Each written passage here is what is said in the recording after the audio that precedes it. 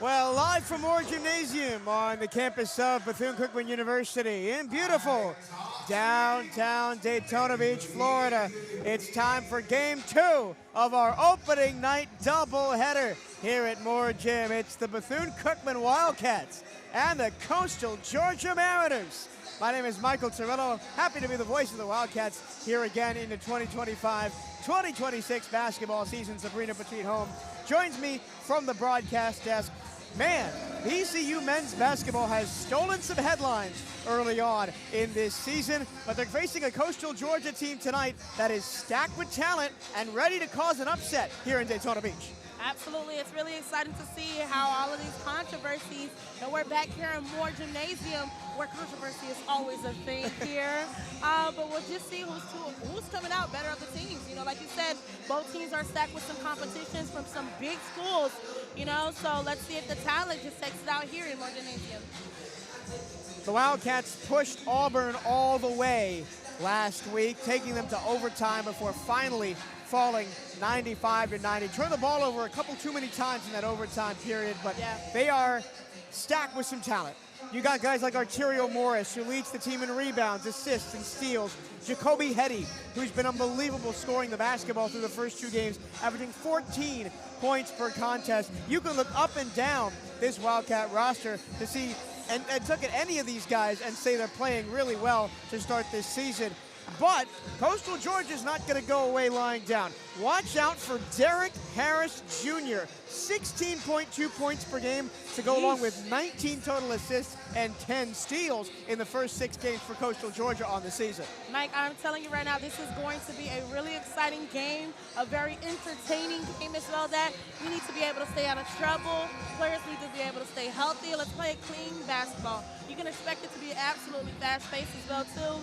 I don't know about it being, I don't know. I can't even give you a keys to game if I wanted to, because this is, like I said earlier, a game that is unexpected, you know? Expect a lot of up-tempo, expect a lot of points, don't expect a lot of defense. Yes. Let's head down to the floor for your starting lineups, and we'll be back to get you through all the action after this. This is Bethune-Cookman University basketball on the CatEye Network.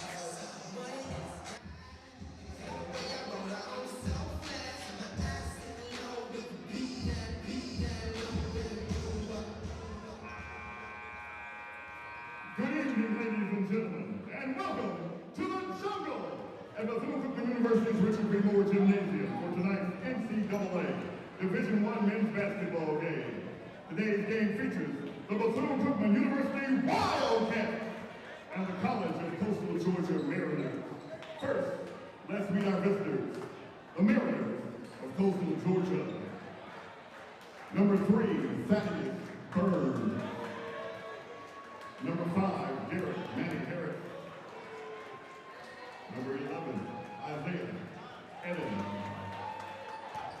Number 17, Tyson Pruitt. Number 24, Jeremiah Tomorrow. The head coach is Tim McAllister, assisted by Alan Sizemore and Keith Olive.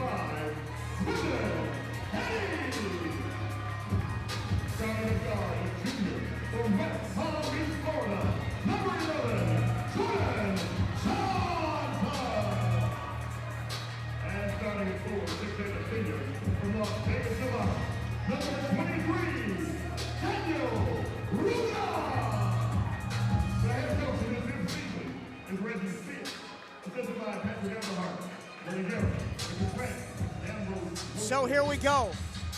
The Wildcats will send out Arterio Morris, Jordan Johnson, Daniel Ruzon, Seneca Willoughby, and Quentin Hetty. Crucially, top scorer Jacoby Hetty not playing tonight. He was not at shoot-around, not participating in shoot-around this afternoon. So Wildcats without their top scorer tonight. And on the other side, it'll be Isaiah Eden, Tyson Pruitt, Jeremiah Kamara, Thaddeus Burns, and Derek Harris Jr. A full house here in Moore Gymnasium to assist with the energy between these two games. Really, the only thing we're missing is the pep band. Yeah. We'll see them in January with the start of conference play. Absolutely. Coastal Georgia in the all black. They'll go right to left in this first half. White numbers, a light blue stripe down the side trimmed in white. Coastal above the numbers, Georgia below. Bethune-Cookman in the all white. Wildcats in gold block letters above the numbers, gold piping, maroon trim. It's the long anticipated men's basketball debut here at home at Moore Gymnasium. We are underway as Daniel Ruzon wins the tip, and Arterio Morris, who has 12 points per game in his first two contests, will control the point for the Wildcats. Daniel Ruzon wide open underneath, barges inside for the score. The synergy between these players on these teams, especially for it being 90% a brand new team here at Bethune-Cookman University, it's honestly something that needs to be, researched based on. Pump fake and drive from Pruitt, and they'll throw the ball into the backcourt. That was not deflected, and a backcourt violation will give the ball to the Wildcats. Of course, Arterio Morris burst onto the scene with that 20-10 performance against Auburn, cooled off a little bit against Miami.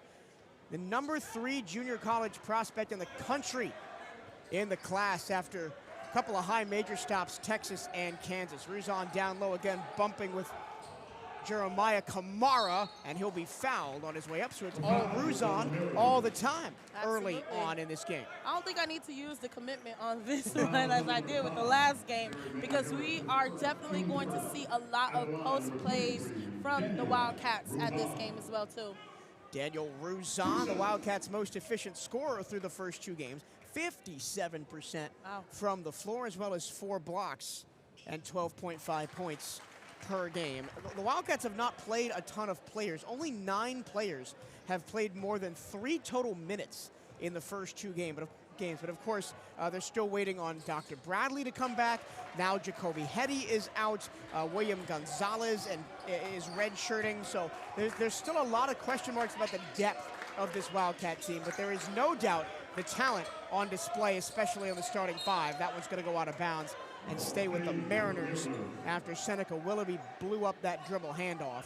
And inbounding now is, I mentioned in pregame, Derek Harris Jr. His nickname is Manny. Top scorer for Coastal Georgia at 16.2 points per game. He is 3 points away. Ooh, he was on that line very close, Mike. Sorry to cut you off. Manny is 3 points away. Here's a wing 3, misses everything. Nice save by Kamara, though. And he's open down low with the one-handed jackhammer. We talk about no synergy. It seems as Coastal has it on their side as well, too. I'll get to my point eventually. Derek Harris Jr. is 3 points away from cresting 100 points this season already through the first 6 games for Coastal Georgia. We're expecting Moore Gymnasium to be full at almost every home game, leading into the SWAC as well, too. Morris loses the handle, ball out of bounds. He was pressured by Thaddeus Burns. Arterio Morris, tall for a point guard, 6'4", 200, has very wide shoulders, can attack the lane as well as shoot the outside shot. As we're already going to see Ricky Mitchell Jr., who had a great game against Miami, coming in. Love to see that Coach Diaz is keeping these players fresh on their feet as well, too. Ricky on the ball. The handoff to Harris. Harris gets it back way up top. Great defense played by the Wildcats. The Wildcats miss a switch, driving in, and missing is Burns. But the offensive rebound is going to be a foul on the Wildcats, as Jeremiah Kamara is going to go to the line for the first time to try and tie us up. Last year, the Wildcats was typically a team that liked to, warm up a little bit, closer into the first half. Hopefully, this team with these other games didn't show that. So. Jeremiah Kamara, who already has rocked the rim with a dunk. He was doing it in warm-ups, too. Yeah.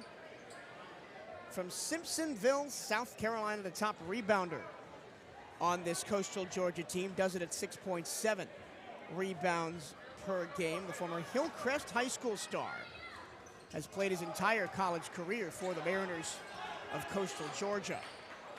4-4, just 2 minutes in. Wildcats got an early flurry from Daniel Ruzon, but have not made anything work on the outside as they've turned the ball over twice since then. Seneca Willoughby, who hit 4 of 5 on threes against Auburn. Here's Arterio Morris, the crossover, the pull-up, just a little bit long. Tap back out to him. I think the refs missed a second backcourt violation there on Morris. But the Wildcats keep it alive. Back to the basket for Ruzon. He's just going to go straight at the Mariners defense and score. Ruzon is a prodigy when it comes to being in the paint. It's like I don't even really have to worry about him when it comes to him having to play 5 last season and him pulling up to be in his paint. His true position is really a testament to see how interchangeable he is. Daniel Ruzon, one of 2 Wildcats named to the preseason All-SWAC first team as Morris interrupts that pass. Ruzon and Dr. Bradley, who again still has yet to play this season. Seneca Willoughby was named preseason All-SWAC second team and immediately backed that up with that performance against Auburn. Right. 4 out of 5 from the 3-point range. It's a team, a really, really well-stacked team. Just as Coastal, it's just a matter of whose pieces fit together more than the other. And who can play more offense, I think, is going to be how it works. The skip pass to the corner, driving in is Pruitt. He kicks it again. 3 for the wing, too strong, right at the end of the shot clock. Arterio Morris in transition to Johnson. He'll drive in, kick it to the corner. Willoughby has not had his feet set for the 3. Morris, the up fake, the drive, and the layup. Oh my goodness, Mike. He's so smooth, too. I don't know, it's just butter. He just makes that up fake work right into his lead step on the jab. Arterio, I can't believe it's brother, Morris. That's his name. Going left is Pruitt, forced there by Ruzon. Mismatch down low for Coastal Georgia if they want to find it, but Pruitt's going to pull up from the elbow and miss. And there's that mismatch down low with Jeremiah Kamara. He got ball from Quinton. Another rebound, but Quinton Hetty says, give me that. Johnson attacks baseline. Nice skip to the corner. Willoughby, catch and shoot. Kaboom! And that's what we're going to be seeing the entire game. Like you said, it's not going to be about who plays defense. Who is going to be the one to play offense? In the corner, Coastal Georgia trying to respond, and they do. Kyson Pruitt rattles down a 3. One of the couple of Division I transfers on this Coastal Georgia team. Pruitt started at Marshall. Morris to the cup, and it hangs on the rim and goes down. You think this is going to be a second, fourth game, Mike? Oh, yeah. Well, and the Wildcats play a very modern offensive style, Manny to the rim. Yeah. As I said, the Wildcats play a very modern offensive style. They'll go quick. Their offensive sets last between 5 and 15 seconds, so do not blink or you'll miss the Wildcats on offense. Just that quick. Morris on the catch. And there's Hetty. Taken after his brother Jacoby. Hetty of the Quinton variety, but there's another catch and shoot from the corner. 6 quick points for Kyson Pruitt. Both teams shooting really hot from the field in the early going. Do not let anybody from either team be open at this point because offensive-wise, both teams are pretty great. Tough catch for Johnson. He was the second leading scorer on the Southern University Jaguars last year. Pull up for Ruzon. That's his first miss of the ball game. Willoughby fighting down low. And it'll belong to Coastal Georgia as we hit our first media timeout. Coastal Georgia, 44% from the floor, 4 of 9. The Wildcats, 85%, 6 of 7. But the 2 threes by Pruitt, keeping the Mariners in this one 15-12 with the first media timeout. Mike, it's only been 5 minutes. It's only been, honestly, a little bit over 5 minutes, but it's only been 5 minutes.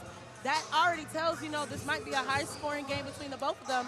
A lot of back and forth. Who's going to be able to keep their teams clean, free of fouls as well, too, When it comes to size and height matches, we pretty much match up, if not us, just by a point, percent of our height as well, too. But it's going to be a great back-and-forth game. I mean, you look at the scoring averages, right? The Wildcats, 75 points per game, 90 against Auburn, 61 against Miami.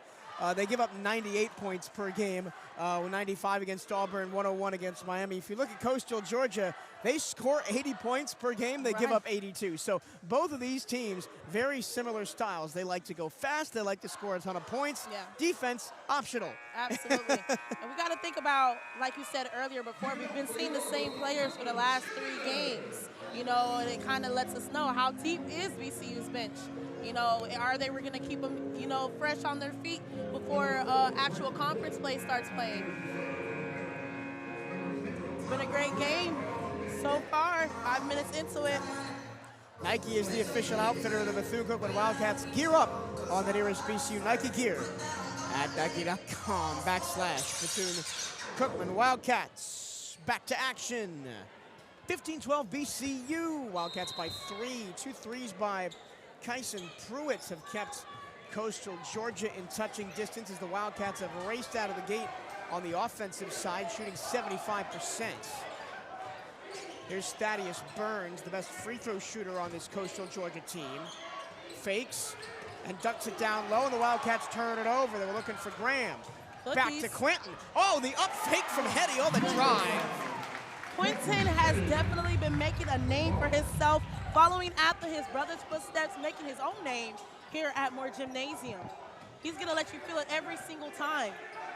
Quentin averaging 10.5 points per game through the first 2 was also excellent against Auburn. A couple of changes for Coastal Georgia. Braden Wood is in along with Ellis Graham, who they tried to find right there, but threw it to empty air, did Thaddeus Burns, and the Wildcats will take back possession.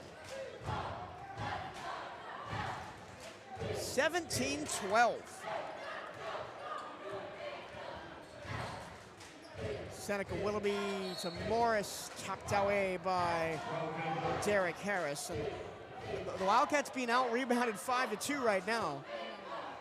They're going for it. Like you said before, it's about the offense and, those rebounds, second chance points that we really need. Seneca decides to drive and kick from the corner. A 3 is good! Quentin. No, Jordan Johnson.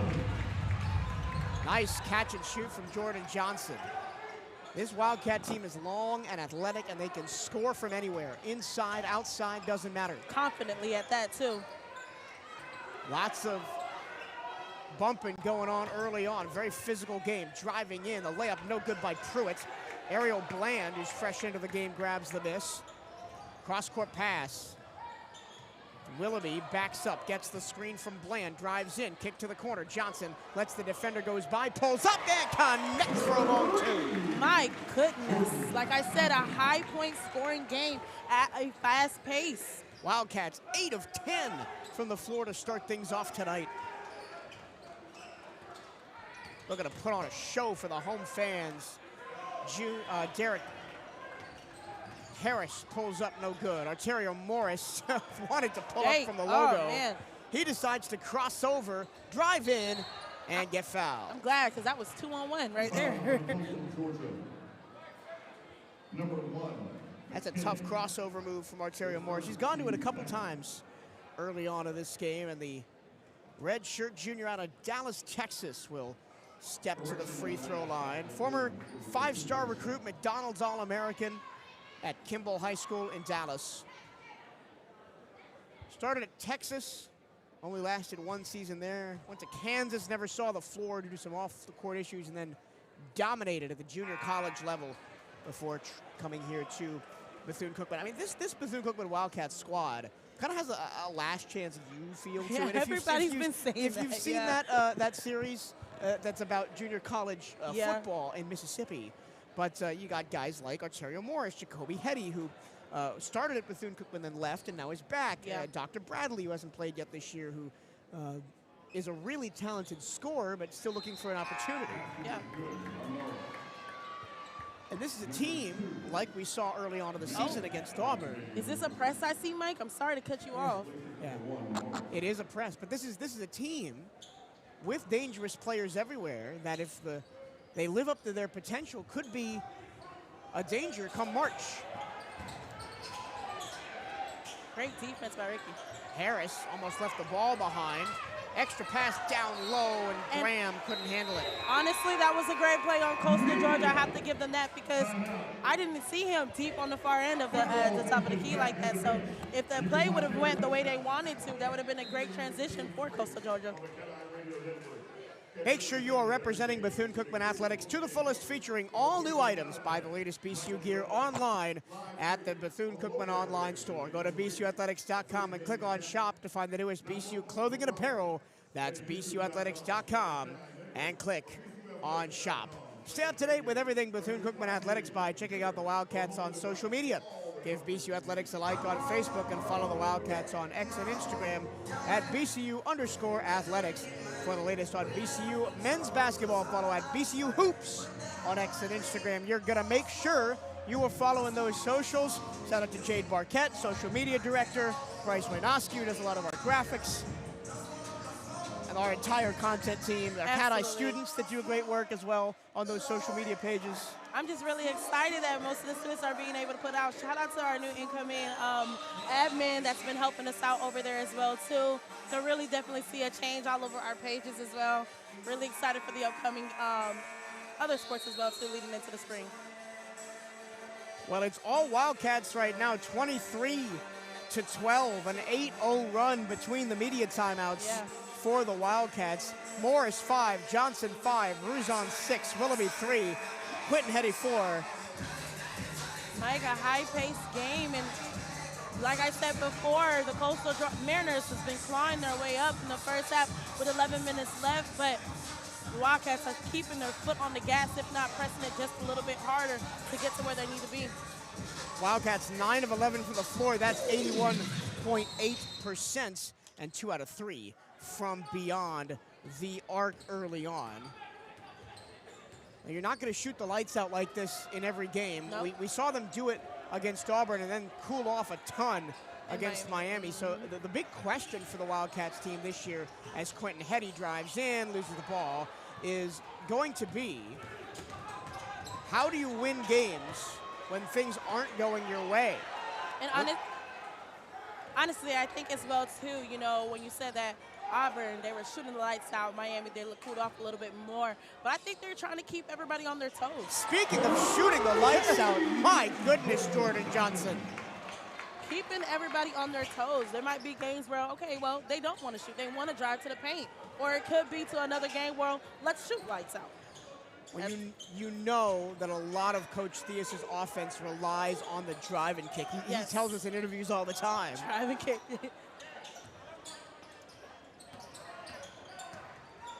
Here comes Coastal Georgia. Braden Wood, the backdoor screen pass, and rejected by Ariel Bland on Zambonetti.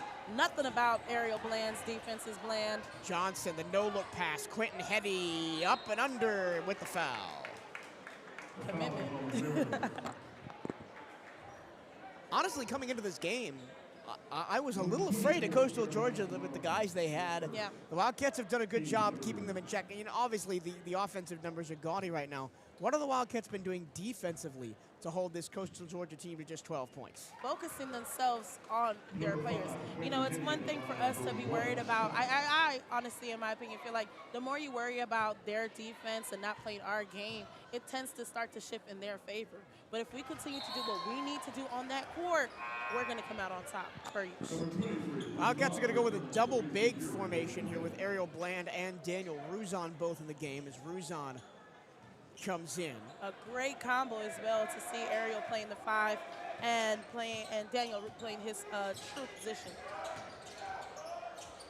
Derek pulls up, no good. Ruzon the rebound. So much synergy with Ricky the Wildcats. Mitchell dancing, stepping back. Oh!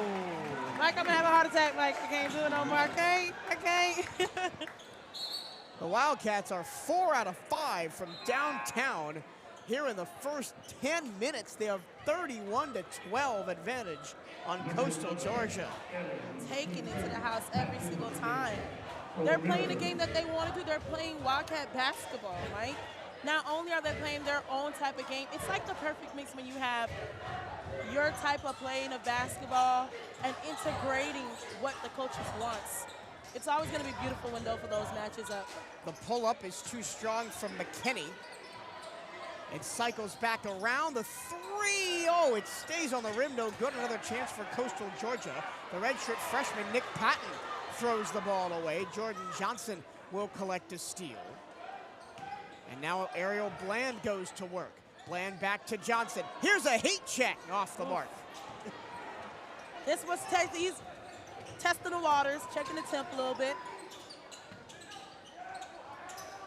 Extra pass shoveled to the corner. Great closeout by Ruzon, but a little bit too aggressive as a closeout. It's going to be 3 free throws for Kylan McKinney. I know you said that Coastal Georgia is a pretty stacked team, but I could definitely tell you right now, when it comes to conditioning-wise, the Wildcats have been outrunning them. I hope that they're keeping them fresh as well. I haven't seen any subs lately on Coastal, so. Kylan McKinney, the junior from McDonough, Georgia, started at Kankakee Community College. Short on that first one. Averaged 11.5 points, started all 31 games for Kankakee last year. Was a runner-up in their region and was Division I All-Region second team. Second free throw attempt, and that breaks a 5-minute and 14-second scoreless drought for Coastal Georgia. Arterio Morris replaces Seneca Willoughby. This is the kind of game for the Wildcats where you can get everybody in. You can get everybody some of those minutes that they've been missing. As I said, only 9 players have played more than 3 total minutes on the season coming into the game.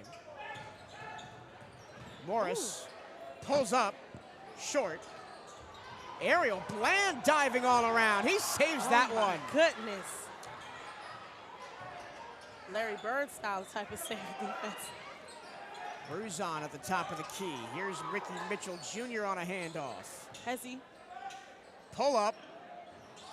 And the Wildcats have gone cold from beyond the arc. We need to start driving. That's what it is. Around the screen and back to Zambonetti. Zambonetti, the freshman. Oh my goodness. Can't get it. The long pass. Ruzon corrals it. Oh, he can't get the dunk, but he'll go to the free throw line.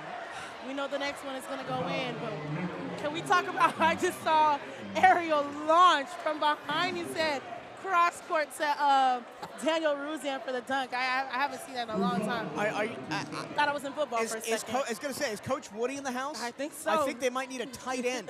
Daniel Ruzon, my goodness. He made that catch in double ease. coverage, yeah. With ease. It looks like he was running a post route. It is still football season. Yeah, Wildcat football, 2 games left on the season at Jackson State next Saturday, and then, of course, the Saturday before Thanksgiving, the Florida Classic in Orlando. Wildcats all up on Georgia Nice Coastal, block. 32-14. Wildcats gonna block in transition. Mitchell to Ruzon! I told you it didn't fall the first time, but it's definitely gonna fall the second time. Make no mistake, Ruzon will definitely come every single time.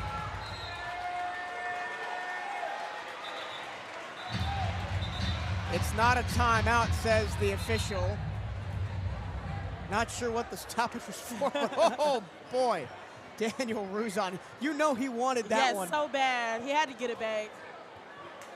34-13, and even in the closed-door scrimmage that the Wildcats had against Florida College a couple weeks ago, they didn't look like this. No, not at all. I was actually a little bit worried. but they seem to get their pace back together up because I think the next game was Auburn, and they definitely made me eat my words then. Really excited for the next game they have after this. I think it's going to be a tougher schedule, too. Yeah, the Wildcats have a really tough schedule. I mean, they have one more home game before conference play starts in January. That's home against South Carolina State on the 5th of December. You're going to want to be here for that one. But other than that, Dayton, Ohio, Jacksonville, whoever they play at the Sunshine Slam on the other side of the bracket, Indiana, Missouri, St. Louis, Arizona, and Oklahoma State all on the road. It's going to be a long road for these Bethune-Cookman Wildcats, and even if they don't win any of those games, they'll be, they won't be favored by double digits in all of them. Oh, absolutely. But if they can put together some consistent performances going into conference play, of course, you start on the 3rd of January with Florida A&M coming into this building. It's all about building towards conference play. That's all that matters. And staying healthy. And staying healthy, of course, and potentially getting some guys back who are out right now, like Jacoby Hetty, like Dr. Bradley. I mean, Reggie Ward is on this team technically, but he's taking the year off for medical reasons, so he's not going to be a part of the team this year except as moral support. So it's about getting guys like your Tyler Andrews, like your David Onaninas, like your William Gonzalez's, your Daylon Miners, a chance to get in the rotation, so when those crucial moments come in conference play, they're ready to step up. Absolutely, because conference, I just know they're going to take it a lot harder on the Wildcats. I know they're expecting that, so these games are definitely going to sharpen them for that. Wildcats, the preseason #1 in the SWAC, and are playing like it so far this season as the scoreboard goes out. Well, it happens at least once a season. We're getting it out of the way early. Okay. We're going to have to hard reset the scoreboard, so a bit of a stoppage here. 8:22 to go first half. Wildcats 34, Coastal Georgia 14. And this is a Coastal Georgia team that is under the command of first-year head coach Tim McAllister, with assistants Adam Sizemore, Keith Olive, and Isaiah Cagle. Tim McAllister is only the 3rd coach in Coastal Georgia history. Wow. And you think, oh, they might not have been around that long. Oh, no, they've been around a while. The previous 10 years, Jesse Watkins was their head coach. Oh, more gymnasium. Praising it up. And then for the previous 31 years, Coastal Georgia was coached by Gerald Cox from 1982 to 2013. We appreciate your patience. Well, it looks like we've reset the scoreboard. It is back. At least we got it out the way this year. This early in the season. You know. Good to know more gym is still more gym. Even with a fresh new coat of paint, you see the wrapping on the wall. Yes, it's beautiful. I'm actually so happy, you know, especially as being an undergrad and now a grad student. It's really great to see some of the things that I grew up with come to life in a beautiful way. Back to live action. Here we go. Coastal Georgia on the ball immediately. Nice. Nick Patton got stripped, and then Ontario Morris lost the ball, and then got back for the block. Launches it back cross court again. Ruzan. Got the jam again. It's there. Even if it's not there, he's going to find it. And right back on defense they go. Nothing fazes these men anymore, these players. Points are just points. We just saw the replay there of the block on one end and the jam on the other end. Coastal Georgia looking to silence the crowd. Pruitt can't do it. Ruzan's dribbling the ball up the floor. How often do you see your 5-man dribbling the ball up past half court? Just playing around. That's your positionless basketball, your modern basketball theory. Ariel wide open in the paint. They'll get it to him, a mismatch against Nick Patton. Now the double team comes and Bland throws it away. Tyson Pruitt, the sophomore transfer from Marshall, inside. Short. And another deflection underneath the basket. Arterio Morris running the floor. Oh, he almost wedged it. And Ariel Bland cleans up. Man. Haven't seen one of those yet this season. No, not at Yale. 38-14, all Wildcats all the time here in this first half. Derek Harris Jr. hasn't even scored yet, and they continue to be cold from outside as Patton misses a three. Just 2 points. Ricky back to Morris. Nice Excellent drive and kick. Ruzon with the three. Everybody letting it fly. Bodies go flying. Coastal Georgia comes up with the basketball. And that'll be a goaltend, as getting back a little bit too late was Ruzon to stop that layup by Kyson Pruitt. And a scoreless run of over 3 minutes now broken for Coastal Georgia.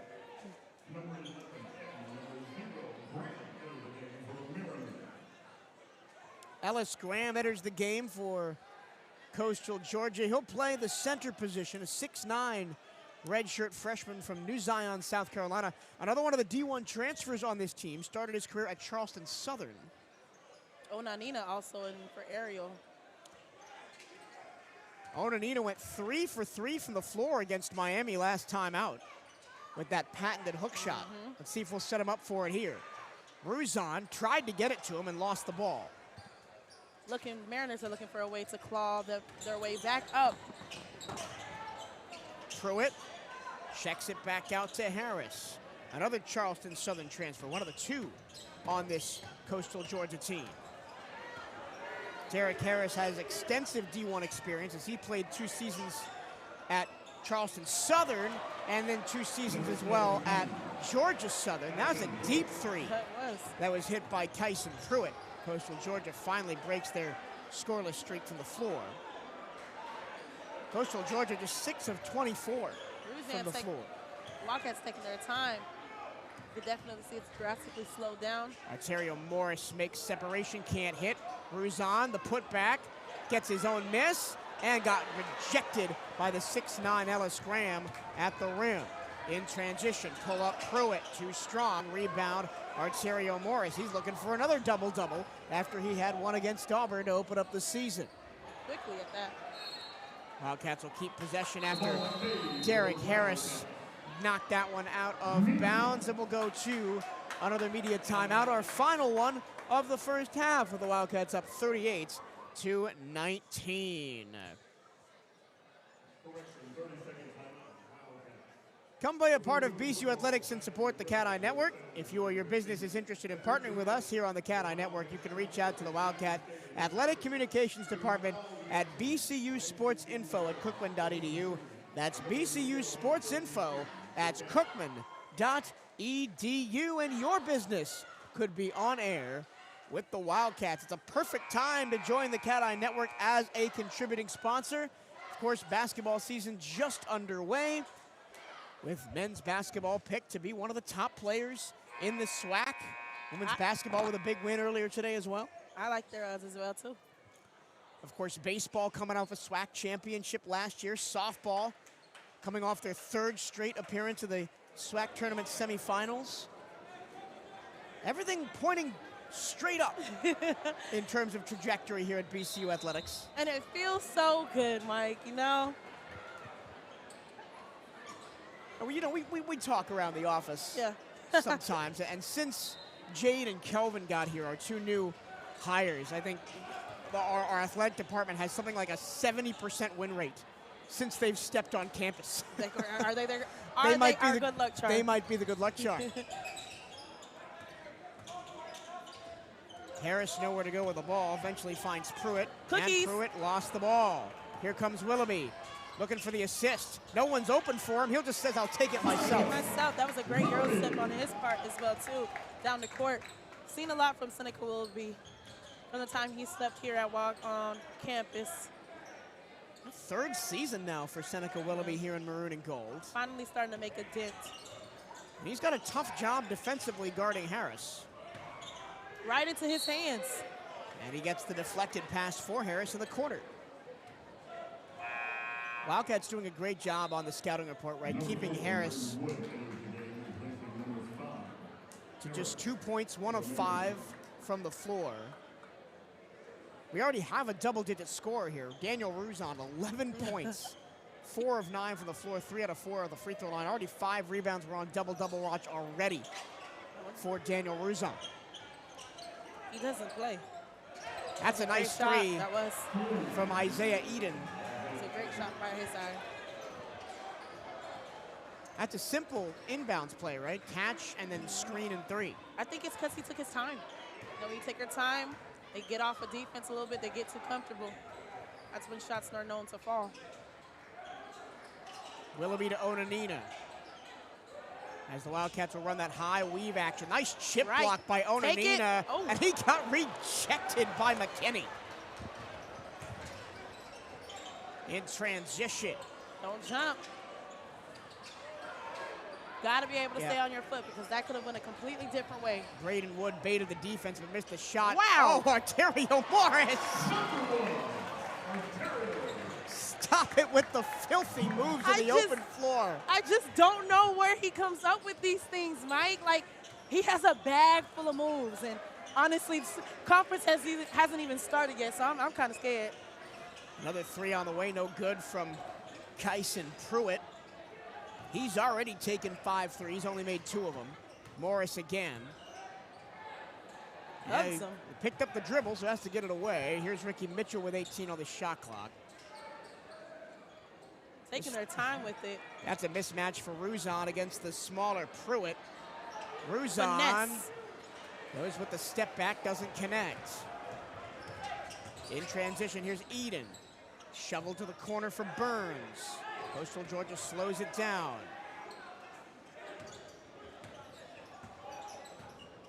Eden for Pruitt. Good closeout by Ruzon to prevent the 3-point attempt. Absolutely, that defense is definitely going to be able to prevent them from getting higher. Fancy dribble by Eden. The kick out 3 is no good. And another rebound for Arterio Morris. He's already got 5 rebounds and 7 points. Morris attacking and scoring plus the foul. Morris. A chance to get to double figures here in the first half for Arterio Morris with this and 1 coming up. Daniel Ruzon pleading the case that he should have gotten a foul on the previous trip down the floor, but after this short timeout, we will go to a free throw and 1 for Arterio Morris. Morris 9 points on 4 of 8 from the floor. Already 4 assists, a steal, and 2 blocks. 2:14 to go in this first half. Wildcats doubling up Coastal Georgia 44-22. Well, we thought the Wildcats would be favored in this game by a fair margin, but to actually come out and put a performance like this together in the first half, I'm sure Coach Theus has got to be satisfied with what he's seen so far. Absolutely, and obviously there is improvements needed to be made everywhere, obviously, but this first half has definitely been a greater one that Coach Theus is looking for. Just maybe keep the momentum up a little bit more. Coming up at the half, we'll have Sabrina getting a quick interview with Coach Reggie Theus to get his thoughts on the first half. We'll take 30 seconds and be right back. This is BCU Basketball on the CatEye Radio Network.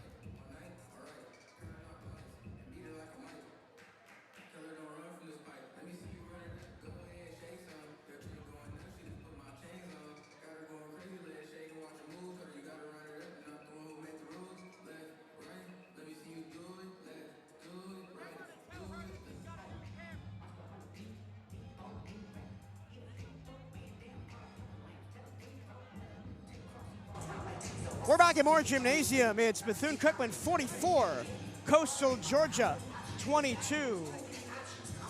As we approach the end of the first half, 2 minutes and 14 seconds to go in it. Coastal Georgia just 24% from the floor. They've taken 14 threes. They've made 4 of them for 28%. The Wildcats 56% from the floor. They've cooled off from the 86 they were shooting early in the game. Still 17 buckets for the Cats. They've made 4 threes. They are 6 of 8 from the free throw line. An offensive masterclass as well for the Wildcats. Points off turnovers, 12-5 in favor of VCU. Points in the paint, 24-6 in favor of the Wildcats. Daniel Ruzon is already in double figures with 11 points for Bethune-Cookman. After this timeout, Arterio Morris is going to the line for an and one after his driving layup right before the last media timeout. He'll have a chance to get to 10 points. Both of them have 5 rebounds already. That is paling in comparison to Ariel Bland's 7 rebounds and 2 points already with 2 blocks. For Coastal Georgia, it's not who we thought was going to take the scoring mantle. The Wildcats have done a good job of shutting down Derek Harris Jr. He's only got 2 points. Kyson Pruitt's got 8. He's 3 of 8 from the floor, 2 of 5 from 3 with a steal. Jeremiah Kamara has 4 points. Eden and Burns each have 3. Harris and McKinney each have 2.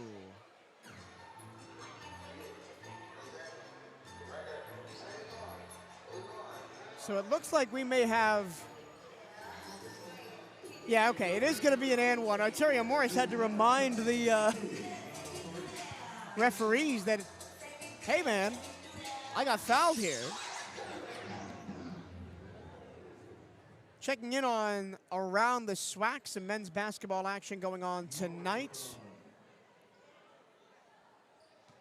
Florida A&M is in Orlando at UCF. That game just underway. Alabama State is down the road from them at UAB in Birmingham, as Arterio Morris gets the 10 points with that and one. Alcorn State is halfway across the country at the University of Maryland, and Arkansas Pine Bluff is at Oklahoma. Kick to the corner, 3 on the way, splashdown for Braden Wood. He's the best three-point shooter they've got, shoots it at 54.5% on the season. Quentin Hetty sat for a while, but he is back, and he got bumped on his way to the rim. And he'll go to the line. Arterio Morris is fired up for Quentin Hetty. The Wildcats, without the services of 2 of their top players this evening, Jacoby Hetty is out for precautionary reasons, and Dr. Bradley has still yet to make an appearance for the Maroon and Gold this year, the preseason Defensive Player of the Year. We're going to see the freshman Daylon Minor come in for his home debut. Minor made his college debut at Miami last week, played just 1 minute in that game. Minor, the freshman from Rowlett, Texas, out of big-time prep academy. He's wearing number 12 right now. He'll be the on-ball defender as Isaiah Eden brings the ball up and kind of just bullies Minor as he goes for the short corner jumper plus the and one. Welcome to college basketball, young man. And Isaiah Eden's going to go to the line. He's a Palm Beach, Florida native, Cardinal Gibbons High School, and he's bounced around to the college ranks. Southern Union Community College in Alabama, then 2 years at Florida Tech for Isaiah Eden. Athletic family for Isaiah as well. His brother, Armani, is a quarterback that played college football at Hawaii and Missouri Western. As the Wildcats cross midcourt, they're going to get a reach-in foul on Coastal Georgia's Kylan McKinney. And the Wildcats are into the single bonus, so Quentin Hetty will shoot a 1 and 1.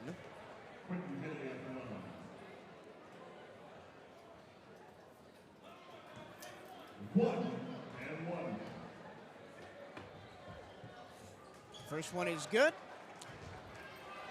There's no worse feeling than missing the front end of a 1 and 1, so Quentin Hetty avoids the ignominy of that. And in fact, he does cash in on both 49-27 Wildcats, 1.5 to go in the first half.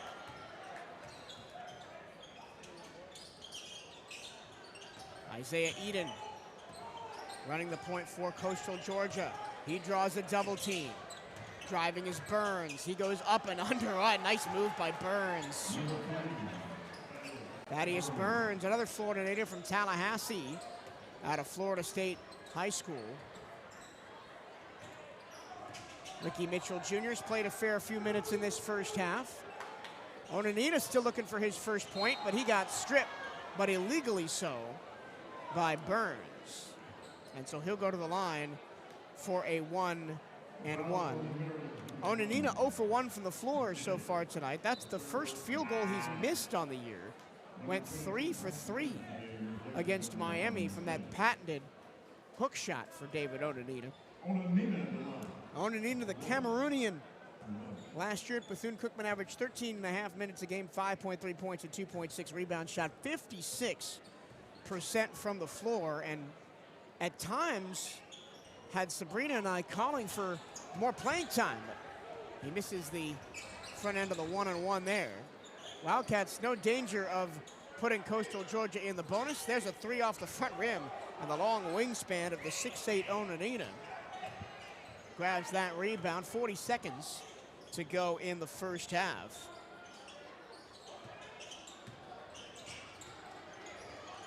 Ducking it into Onanita, he got double teamed, and the ball was batted away by Graham. 1 second difference, shot clock to game clock. 3 from the corner, no good. Long rebound to Graham, and an extra possession for Coastal Georgia.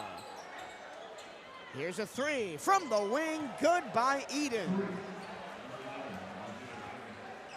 Eden now up to 8 points to tie Pruitt for the team high as the Wildcats lead at 49-32. 3 seconds left, 2 seconds left. Daylon Minor didn't get his first college point right there. That'll be it for the first half as we go down to the floor as we've got Sabrina Petit-Home visiting with Coach Reggie Theus. Phenomenal first half, Coach. What are you expecting the Wildcats to come through for the second half with that momentum? Well, you know, it's just one of these games where we're working on what we do. It's really not about the other team, it's what we do. I'm a little disappointed in some of the execution. They got a couple of offensive rebounds they shouldn't have got, but, you know, we just got to keep getting better as a team in general. Absolutely. Thank you so much, Coach.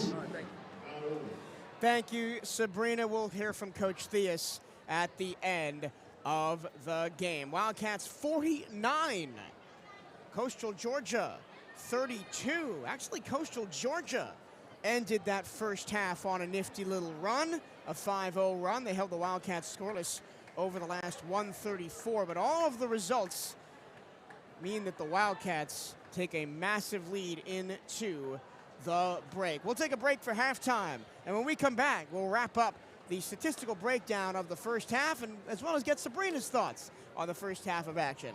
It's Coastal Georgia 32, Bethune-Cookman 49. That's the end of the first half of action here from Moore Gymnasium. We'll be back after this. This is Bethune-Cookman University Basketball on the CatEye Network.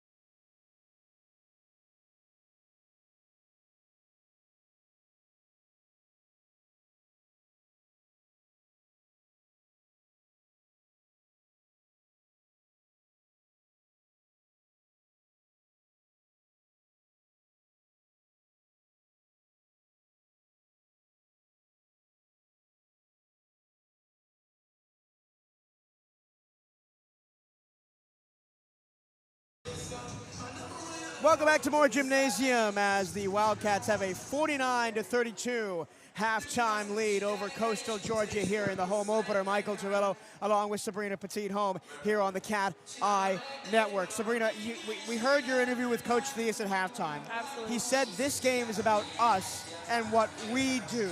How has the team backed that up with their performance? They need to be able to say what he just said, execute. You know, they need to be executing on the plays, ensuring that, you know, they're cleaning up and not making small mistakes. Because like I said, those small mistakes adds up into different ways for different plays for Coastal Georgia, which indeed is still, I don't want to say they're still in the game or anything like that, but it's a very close call. We don't even want it to be a close call, you know what I mean? So, yeah. Let's get you through the stats for Coastal Georgia. 17 rebounds, 22 for Bethune-Cookman.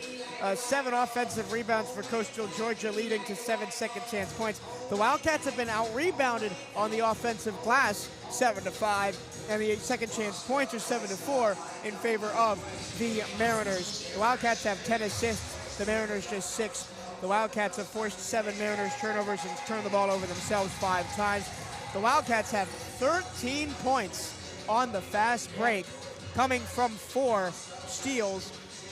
This is something we've said the opposite about in the girls' game. Yeah. The BCU women gave up a lot of fast break points. The BCU men are cashing in on those fast break points. And they take advantage of it. That's what I mean by taking advantage of every single chance that you have. When that ball comes into your hand, you ball. When God gives you the ball, you ball. I thought this was going to be a much higher point scoring game, but I think they're just more focused on making sure that plays are being ran the way that it's supposed to, seeing which players fit at which post, you know, what squad works best in the other squad. Like Coach Thea said earlier before, this game is about us and not about Coastal. For Coastal Georgia, Isaiah Eden has 8 points. Kyson Pruitt has 8 points. Thaddeus Burns has 5. Jeremiah Kamara has 4. Braden Wood has 3. Derek Harris has 2. And Kylan McKinney has 2. For the Wildcats, 3 in double figures in the first half. Daniel Ruzon with 11. 4 out of 10 from the field. 3 out of 4 from the charity stripe, along with 5 rebounds. Arterio Morris, 10 points, 5 boards, 4 assists. Quentin Hetty, 12 points, 3 of 3 from the field, 6 of 6 from the free throw line. He has continued to be ruthlessly efficient here early on in the season. He also has 1 steal. Ariel Bland leads the Wildcats with 7 rebounds. 4 players have 3 rebounds for Coastal Georgia. The shooting splits look like this for Coastal Georgia. They're shooting 31% for the floor, 11 of 35, 29% from 3, 5 of 17.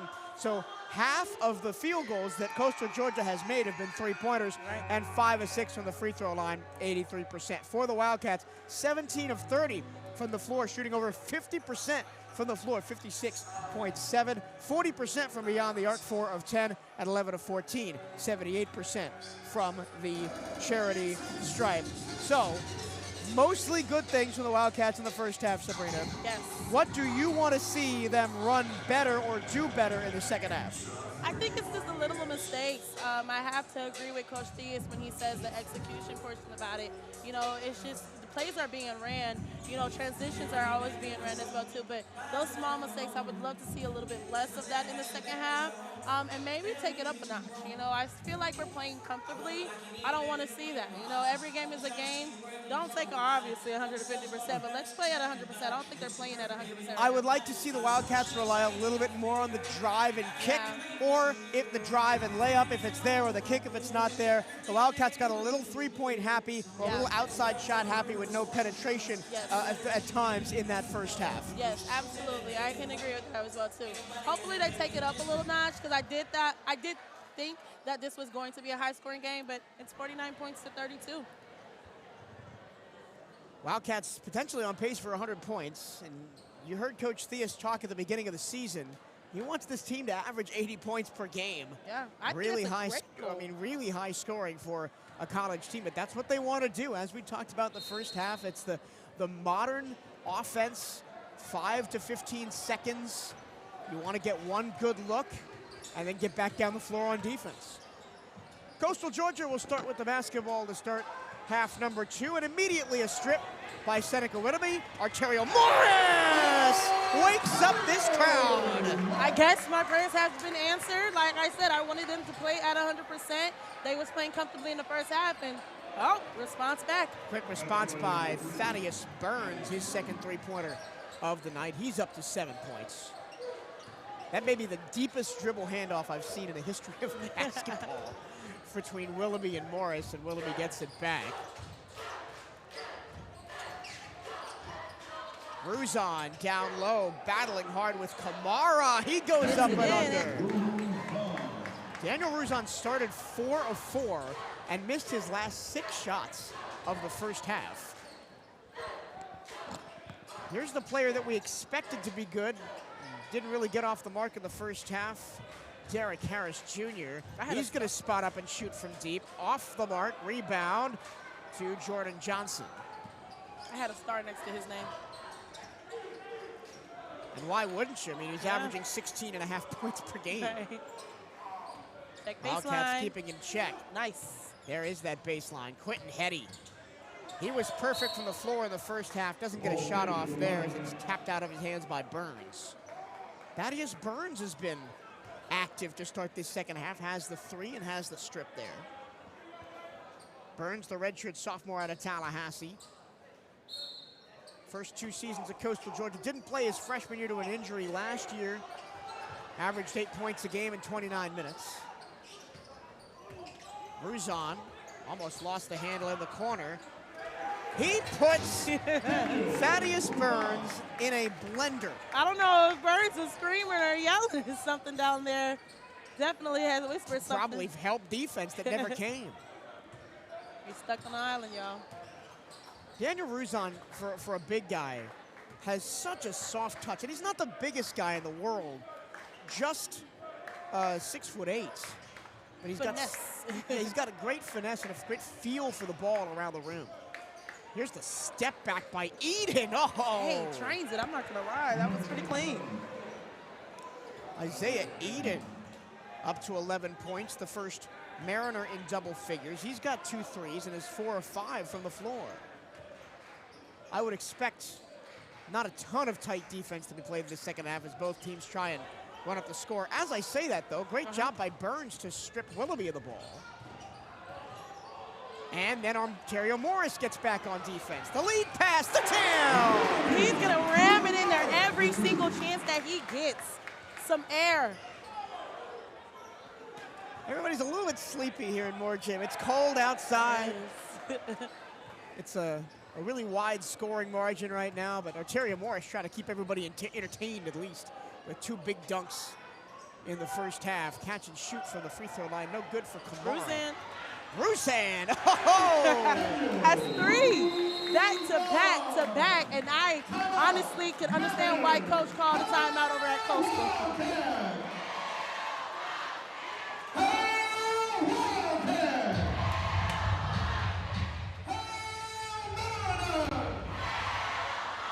That got the crowd back into it. Yes, it did. Thank you, Larry, who's doing the PAs today.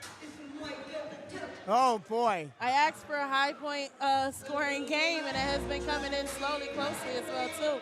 Creeping on by 60 to 38. It might take it up to 80. You know, Coach did say that he wanted to average each game with 80 points, and it's possible with 16 minutes left in the game. How often at the college level, especially the mid-major college level, do you see your point guard with 2 strip and jams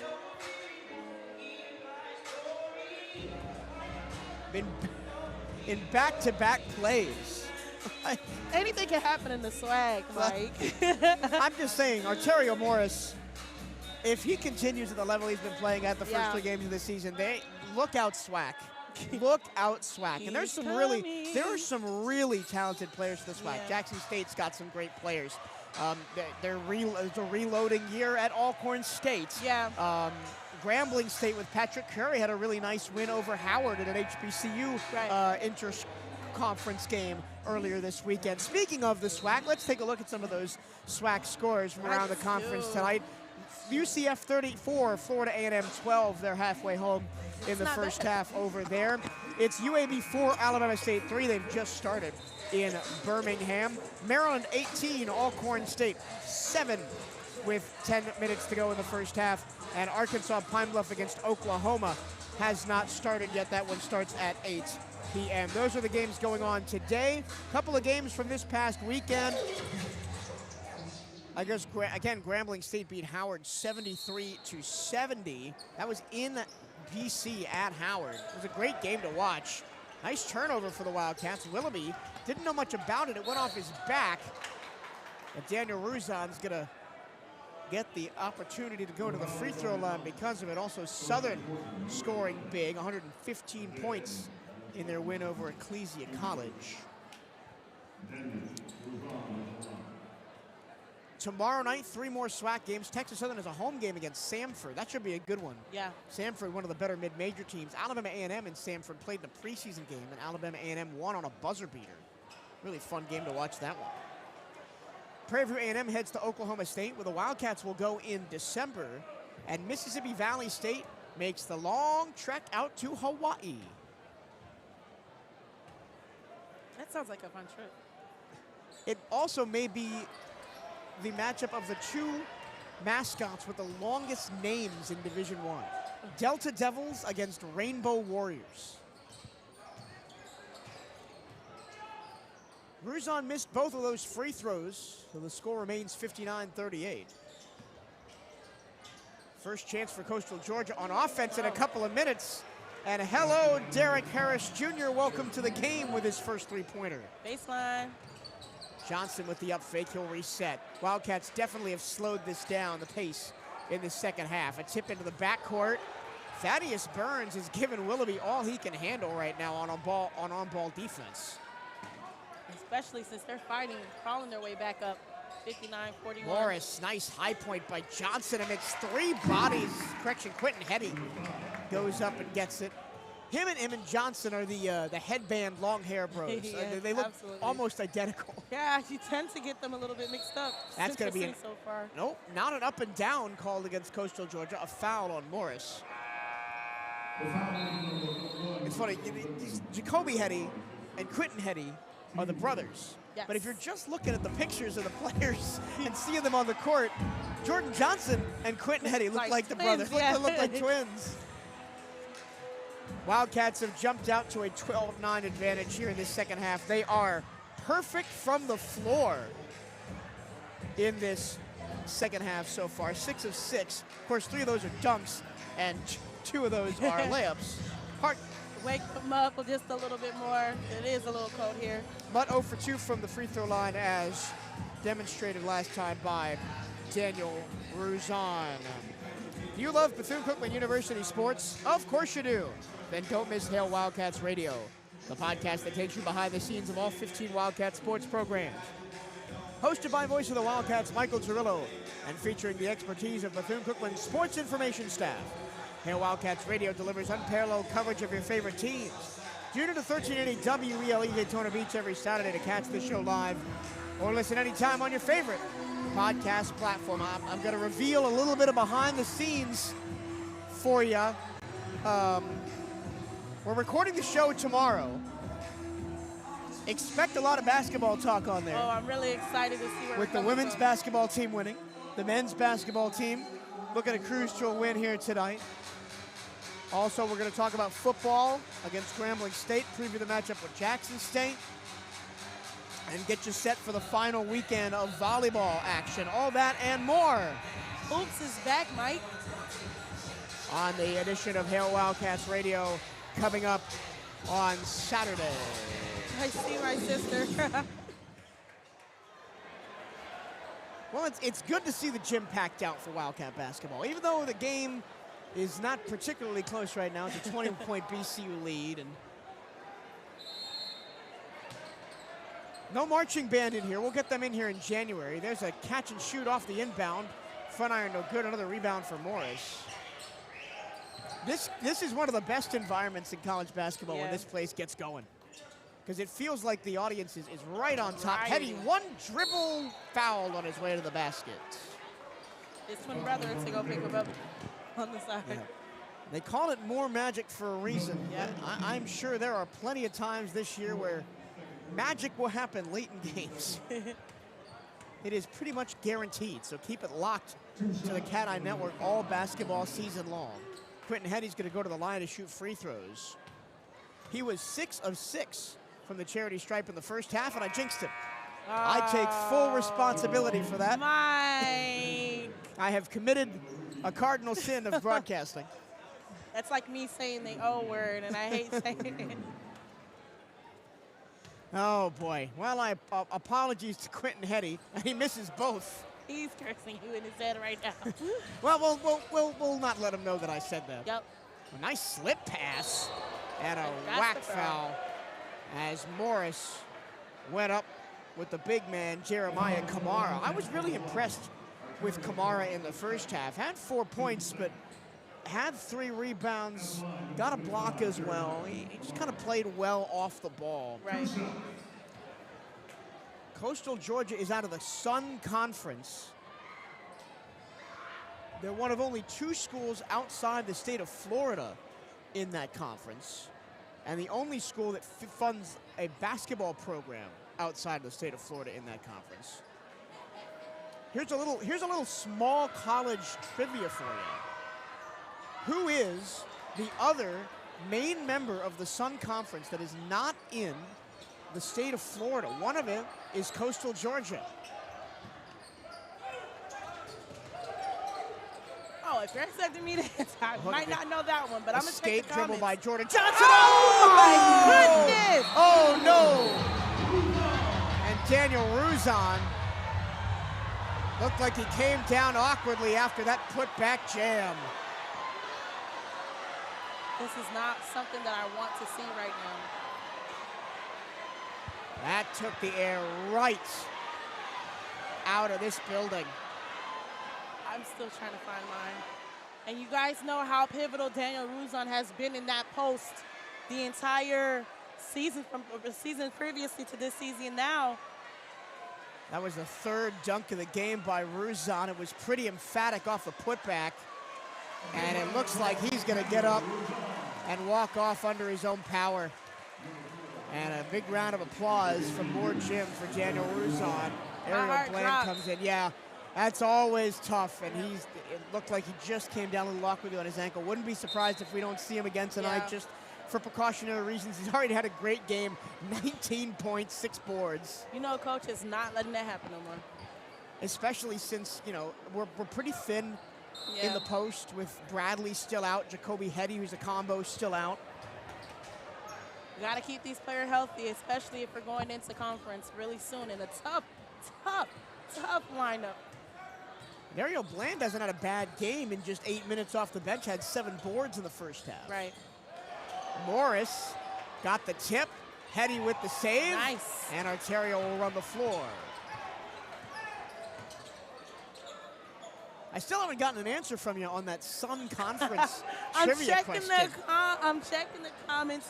Nobody has said anything. I might just cheat and go on Google to see. Oh, very nice move. Very the nice extra pass to the corner. The ball movements. Oh, my. Oh. Oh, wow. I'm on my feet, Mike. I'm on my feet, Mike. That was the best transition that I have seen in this game so far. From the passes to baseline, back up top to the key, back down to baseline for a beautiful shot. Charge! Charge on the other end. Wow, I'm sure that Coach Theus is going to show that last possession in every film session they do. Said, hey, this is what we need to do. Do that every time. What a possession what we need to do for the Wildcats. All right, I'll bail everybody listening out. Thomas University is the answer. Not the answer I was looking for. They're an affiliate member for football only. That's Thomas, Georgia. Oh, Thomas, Georgia. Was in the chat. So you are not wrong, John, in the chat. The answer I was looking for was Savannah College of Art and Design. Okay, that was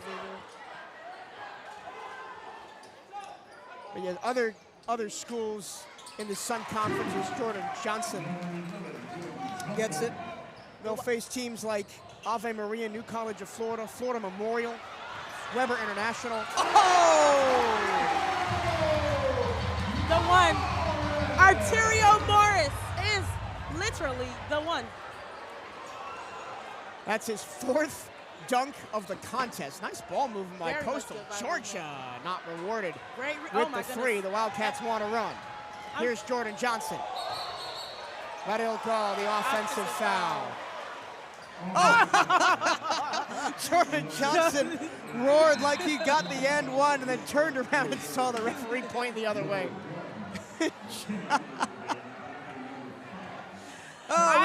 We can see the comedy of it being a 70-43 game. I was just about to say, if that was going to be a dunk, we might be turning into Florida Gulf Coast University in Dunk City. Dunk City. Hey, I'd move Dunk City to the East Coast of Florida. Shout out to my home college town. That's my city. Hey, if we have even partial of the success that those Dunk City Oh, teams what had. a steal, Mike. I'm sorry to cut you off. Jordan Johnson wanted to go all the way to the rim, got stripped. But yeah, no, if we even have part way of the success that those Dunk City teams had back in the early 2010s as Arterio Morris goes up and under. And he's going to go to the line as he was fouled by Kylan McKinney. It'll be a pretty good season. Remember, this is a Wildcats team It is. that has never made the NCAA tournament since going Division I in 1980. They've been close. In the last 2 years, they've lost in the semifinals of the SWAC tournament, but have never broken through. The women's team has gone once. And I honestly think that we might have a really good chance this year after conference.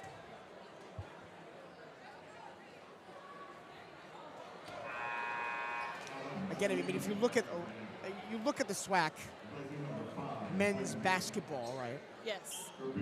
There are several teams that scare me. Jackson State, with their size and with their athleticism at the guard position. Southern always reloads, even though they're going to be without TJ and Dumasi this year. And Jordan Johnson transferred here to Bethune-Cookman. Always dangerous. I know that for Jackson State, we did lose one of their biggest starters, which was one of their post players. Wow.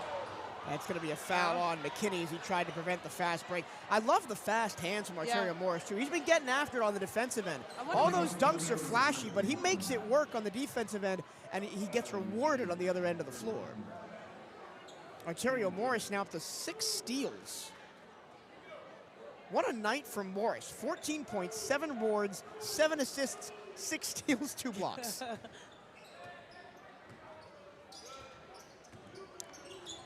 And I think one of the more underrated teams, as we continue our discussion about SWAC men's basketball, right, is Grambling State, right? They were picked 7th in the preseason poll, mostly because of the unknowns surrounding that team. Right. You know, new coach, a bunch of new players, but I think the pieces on that team, they've got the bones of the Florida A&M team last year, and right at the horn, that one doesn't go for Onanina. But they've got the bones of the Florida A&M team from last year that was really talented at the guard position. Corner triple, no good. Great hands from Seneca, though. And I think Coach Patrick Curry's going to have those guys fired up. We already seen it with a really good mid-major win against Howard. Yep. There's that ball movement we were talking about, Mike. That ball movement down there has been working. 4 passes and a shot. That's what I want to see. And an easy layup for Morris. So the SWAC's going to be very interesting this year. I mean, even if you could look at guys like Prairie View, Alabama A&M, that time Morris came up a little short. Coastal Georgia wants to run. Here comes McKinney. No.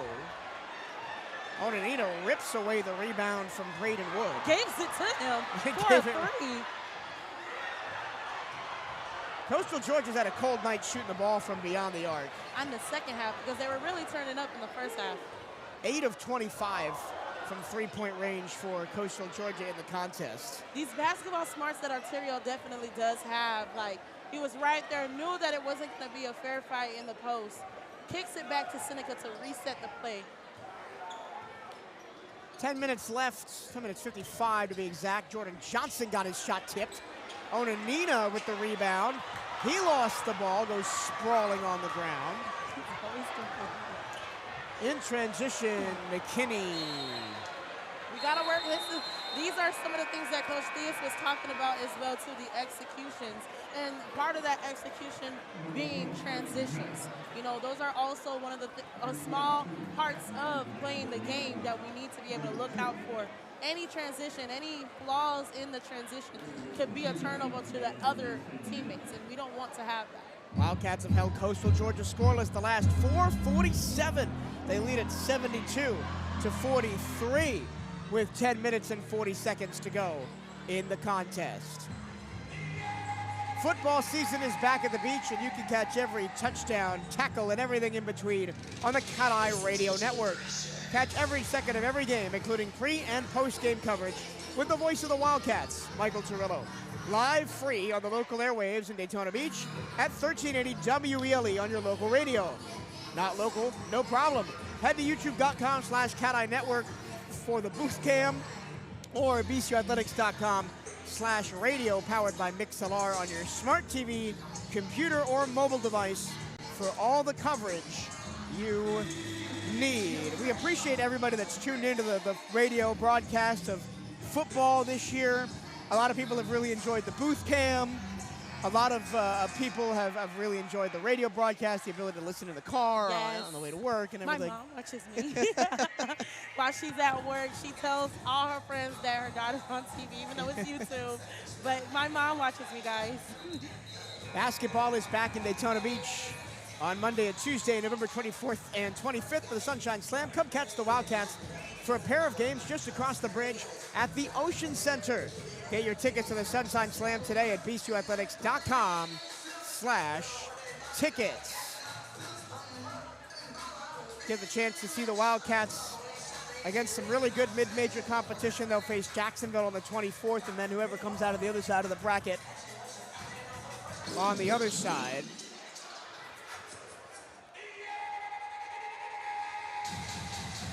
Couple of changes for the Wildcats after this timeout. I see Ariel Bland back in. I see Ricky Mitchell Jr. back in. Mitchell played a fair amount of minutes in the first half, but has not seen the floor here in the second. Played 13 minutes in the first half. Ricky Mitchell Jr., the junior out of Aurora, Colorado. Willoughby with a head of steam.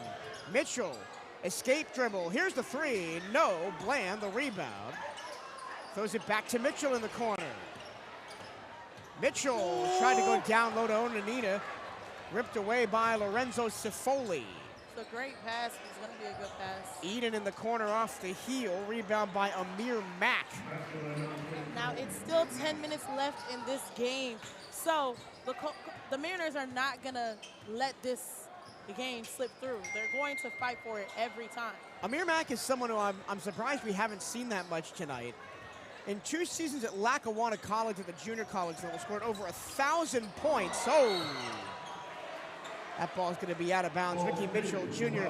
looked like he wanted to go for the dunk, then thought better of it to go for the up and under, and eventually just lost the handle. Mike, I think that was going to be a reverse dunk as well, too. Oh, that would have been crazy. But back on Amir Mack, averaged 14.1 points as a sophomore and 24.5 as a, at 14 as a freshman, 24.5 as a sophomore at Lackawanna College. Then went out to Indiana and played at Oakland City College, if I can read my notes correctly. Mitchell off the heel. Onanita amongst the trees with the rebound. Okay. He gets it through and got a foul. You know what? It's always something with Onanita. He will take it all the way there. He gets this waves of aggression, takes it up there, and then it just doesn't follow through at any place. But coming into the game, Amir Mack has scored 1,568 points in his college career. And with a good season this year, and potentially a 5th year as well, he could be well over 2,000 points. Sheesh.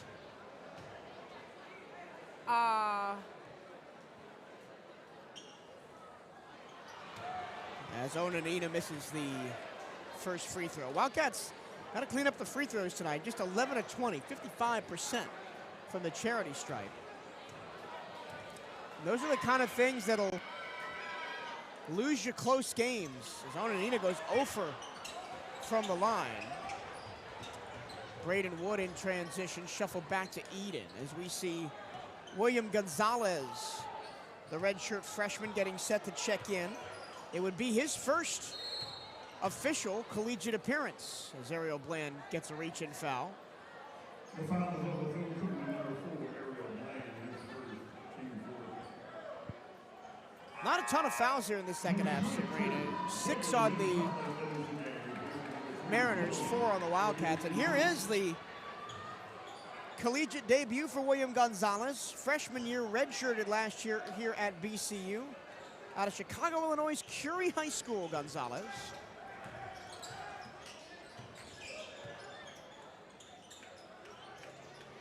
Nice 3-2 defense. We see what, oh, Ariel definitely swung. Yeah, that's going to be 2 quick fouls on Ariel Bland. Bland's got 10 rebounds. If he can get something going on the other end, he might be golden, but he's only got 2 points. A great defensive player, I could say at the least. One thing that I do want to go ahead and point out is about, reiterate what Coach Diaz said about execution. Yes, we may be in the lead, but it's these small points against these bigger schools. If we continue to make these small mistakes as well, too, that can cost us a game. And that's one of the things that cost us against Auburn, right? Yeah. Had a chance to win that game in regulation. Yes. Missed some free throws. Had a chance to win that game in overtime. Turned the ball over 3 times in the overtime period. Nice press. And Max steals away the long pass. Just as I was saying before, these passes are not something that we need to give away. Eden catch and shoot, long rebound, got it right back. Tries to go around Mitchell, goes around Onanina on the baseline, throws it off of Onanina and out.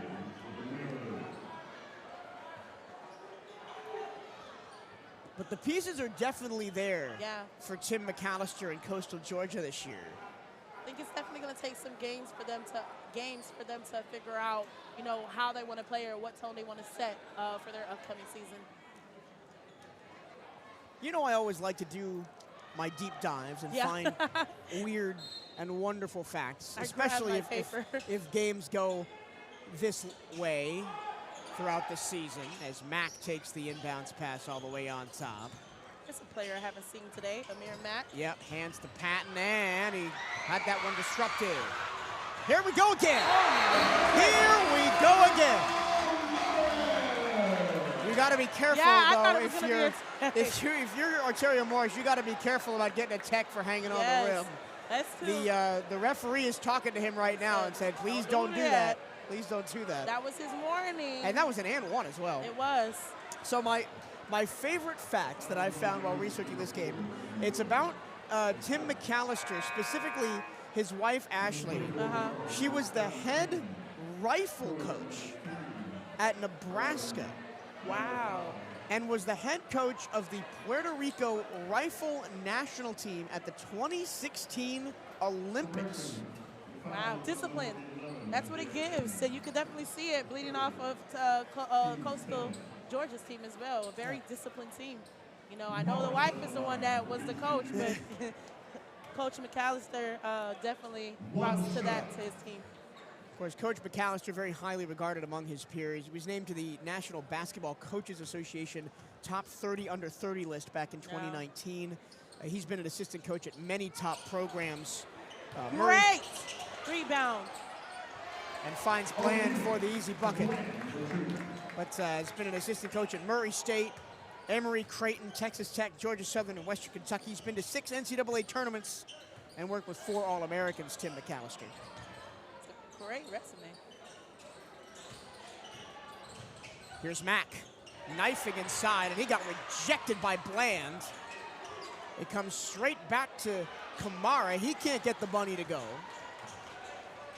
And the Wildcats survive that onslaught under the basket. Oh, the crossover. The contact, no whistle. Morris cleans it up, and there's the foul. I think there was a little bit of a makeup whistle there from the referees, because it definitely felt like he should have gone to the line the first time. Absolutely, and then he gave them an opportunity to see if he was going to defend them, and they still did it. So Morris now up to 20 points on 9 of 14 from the floor. Again, the Wildcats under 50% from the free throw line, 11 of 23 tonight. Arterio Morris, 2 of 6. And Morris with that extra takes the lead of scoring of this team Yep. for the game. He's got 21. It's 2 out of 3 games to start this season. He's got 20-plus points. Dropping. He kind of reminds me of a more aggressive Trey Thomas from last year. Yeah. Thomas was more likely to pull up and not invite contact and not drive in. Morris has got those wide shoulders. He's well built. So Matt got rejected by Bland. But, you think Ariel Bland might be Defense Player of the Year of the SWAC? Or Ruzan? Well, he's got to outduel Ruzan for Yeah. that. William Gonzalez, yes! His first college points. His first college points. Shout out to Gonzalez. He has been looking for them. First college game, first college points, first college 3. Shout out to William Gonzalez. Timeout on the floor called by Coastal Georgia. Coastal Georgia was picked 5th in the Sun Conference preseason poll. Ave Maria was picked to repeat as conference champions. And there's a lot of great schools in the Sun Conference. Yeah. Weber International, Warner, where Chanel McDonald used to play, Kaiser, multi-time football NAIA national champions, a great sports pedigree. Great sports pedigree as well at Southeastern University in Lakeland, also in the Sun Conference. St. Thomas University in South Florida. I heard of St. Thomas. So lots of great schools down there in the Sun Conference. St. Thomas is where Coach Patrick Crary, who's now at Grambling State, came to before he was at Florida A&M last year. Yeah. Come see the Wildcat women's basketball team in Orlando at the 2025 HBCU Hoops Invitational. Rep the maroon and gold at ESPN's Wide World of Sports as they take on the best HBCU competition in the nation. The action begins on Friday, December 5th, as BCU takes on Edward Waters, then continues the 6th and 7th against Cheney State and Hampton. Get your tickets today at hbcuhoops.org. And of course, the 5th will be here as the men's basketball team has a home game against South Carolina State. But the 6th and 7th, CatEye Network Radio will be in Orlando covering those games for you. And I am so excited. Well, I told you in the women's game, there's a lot of chances to catch the women's basketball team local here in this non-conference schedule. There's not a lot of chances to catch the men's team. Yes, we talked about the Sunshine Slam over at the Ocean Center. That's the 24th and 25th of November. Then here against South Carolina State, Moore Gym, the 5th of December. And that's it. They're gone. Dayton, Ohio, Indiana, Missouri, St. Louis, Arizona, and Oklahoma State, the gauntlet that the Wildcats are going to have to ride out through the rest of November and December. And my only prayers is that they continue to stay strong and use these games for their better advantage when it comes to conference play. 82-46, so the Wildcats have indeed hit that 80-point mark. William Gonzalez in a mismatch with Jeremiah Kamara commits the foul. Kamara is one of just 4 returners on this Coastal Georgia Mariner teams this year. He was the leading scorer that returns, averaged 8.6 points, 5.5 rebounds, was 3rd on the team in scoring. We often talk about, athletic families, right? Yeah. You're more likely to be an athlete if your parents or your siblings are. Jeremiah Kamara has 2 cousins that are both Division I athletes. Barasia runs track at Georgia Southern, and his cousin Daniel plays basketball at UMass. Wow. Talk about in the family. Here's a catch and shoot 3 from the corner. Wild rebound. Amir Mack sticks it in. I think right now the Wildcats are being able to let it ride out. We have a couple of players we haven't seen. What a pass. Great pass from William Gonzalez to Ricky Mitchell. I think it's his 2nd points of the game today. But these are the kinds of minutes where you can get players like Gonzalez, like Mitchell, like Onanina, up to speed to where if you need to rely on them down the stretch in conference, you can do so. Here's Kyson Pruitt, hasn't played a ton in this second half, was the leading scorer in the first half for Coastal Georgia. Derek Harris, nice no-look pass. 3 at the buzzer, no good. Ariel Bland pulls down his 12th rebound. About to launch it. I saw him cock it back a little bit, but then relinquished it next to Seneca. And Wildcats just slowing it down here the last 6:15. Trying to run some sets, trying to get some high weave action up top. What plays are working? Build confidence for the other players that haven't seen any court time. They throw it down low. Onanina can't high point it. Knocked away. In transition, the three is good for Kyson Pruitt.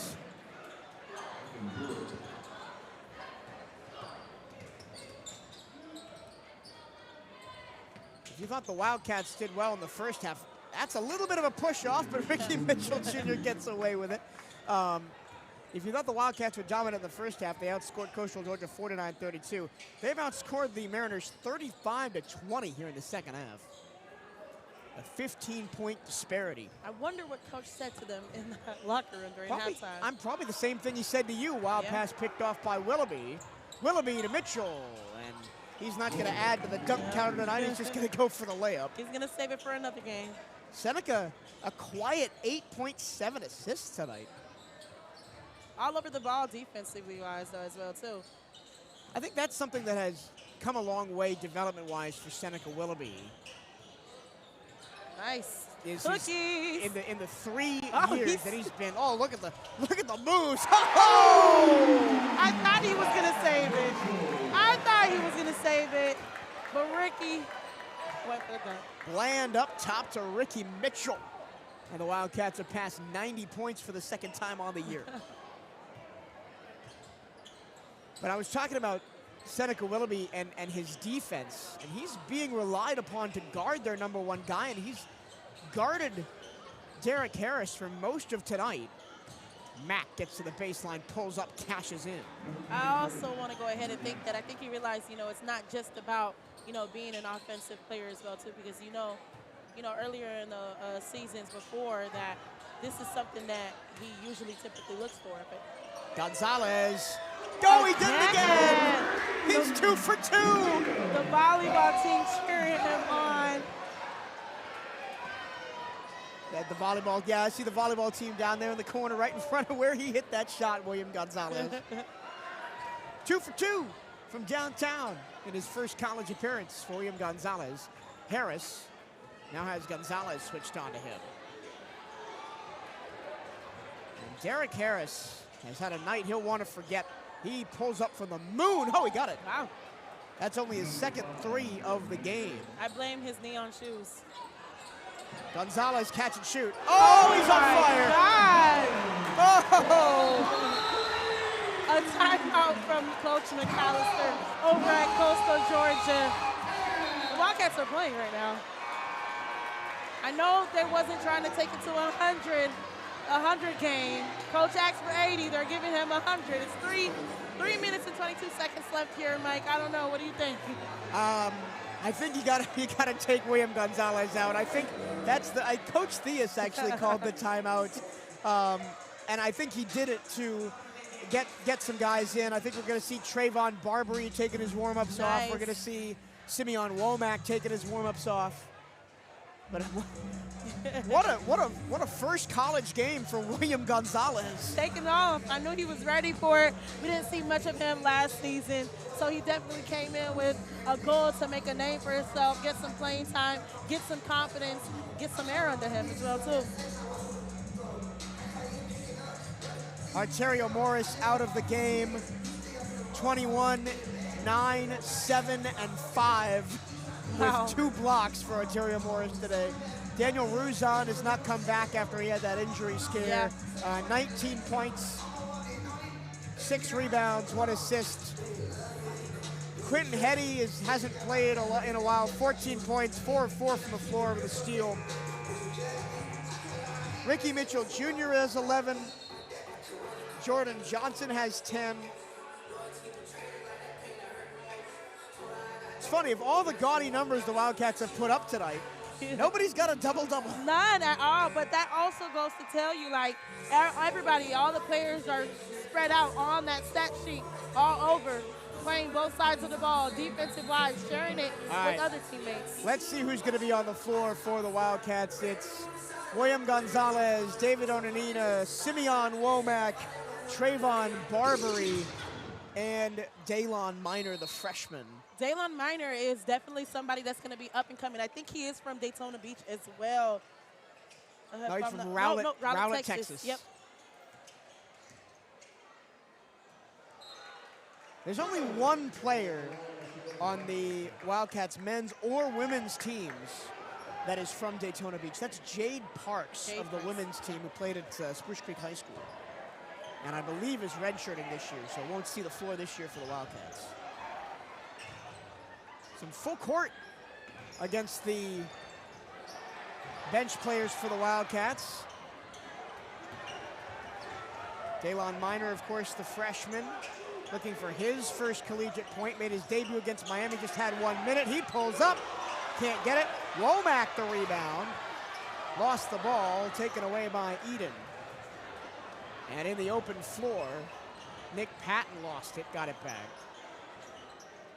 Wide open is Wood. He goes baseline, kicks to the corner, 3 on the way from Patton, short. A promising start from Coastal Georgia in the beginning of the game had me a little worried there. But that doesn't mean their season is not going to be good as well, too. Yeah. They have some really great players, great transitions. Offense is really tight along with their defense. Just a couple of things that need to be cleaned up. Talking about some of the players on the floor for the Wildcats right now, I mean, Simeon Womack has one of the best nicknames in college basketball, Simi Automatic. From West Nassau High School and Victory Rock Prep in Bradenton. Has appeared in 20 games, now 21, for a total of 38 minutes, 20 points, 3 rebounds, and 3 assists over his Wildcat career. Womack now a redshirt senior. William Gonzalez, we talked about, Chicago Curie High School.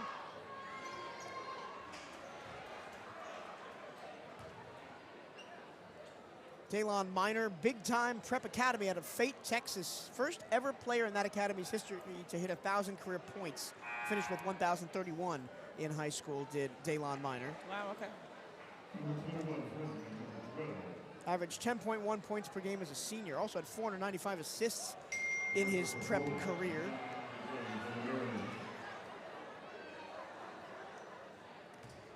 And Trayvon Barbary out of nearby DeLand High School. He spent his entire collegiate career here at Bethune-Cookman as a walk-on. Has played in 4 games total, now 5, 13 minutes, does not have a point. So maybe we'll try and get Trayvon Barbary a point here. Absolutely. Barbary just kind of camping out in this near corner. Here comes Onanina to ghost the screen. And it's tapped away from Barbary.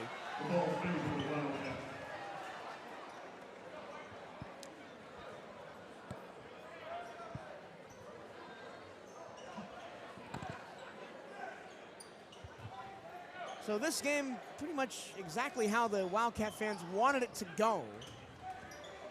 An extended workout pretty much in the second half for the Wildcats.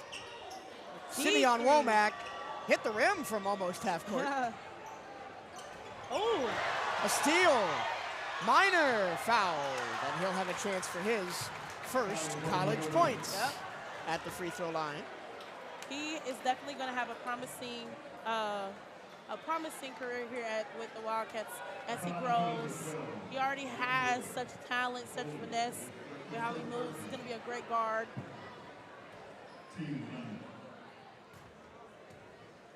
Wildcats in the double bonus for the last 157 here. Minor, oh, whoa. Well, there's one thing the Wildcats will not like about tonight. It's their free throw shooting. Yeah. 12 of 25, some 50%.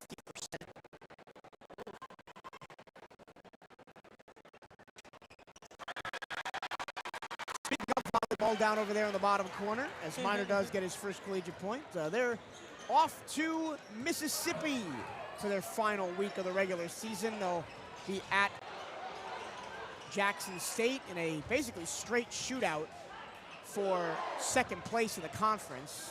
3 rims out. The attempted putback by Graham is no good, but he's fouled. And then they'll end their regular season against Mississippi Valley State on Sunday. And then head to the SWAC tournament where it's wide open. Anybody can win that SWAC tournament this year.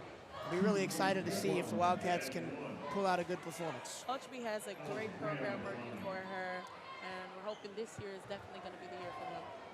They've already set their program record for consecutive wins in a row this season, 9 wins in a row.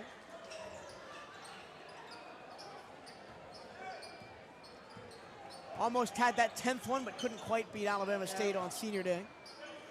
Very emotional game. Womack throws it up, got it, and the foul. And the crowd goes crazy for Simeon Womack.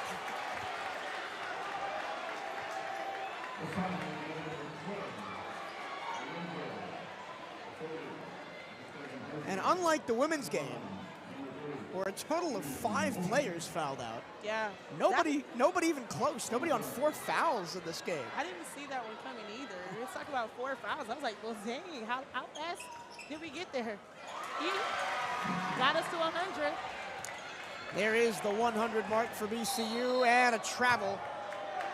That's Lorenzo Cifoli, the sophomore out of Verona, Italy. Yeah. Verona, Italy, and started his collegiate career at Cuesta College in California. So well-traveled Lorenzo Cifoli. Averaged 8.3 points in 28 minutes for Cuesta College, the junior college level.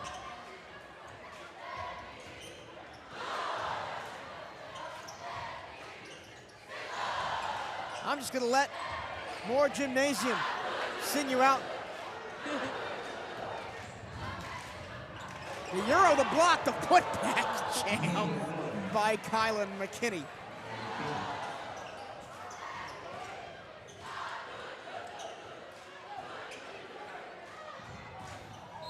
Minor commits an over and back as he was hounded by Nick Patton. Dalen is very shifty, something that I've definitely seen. Yeah.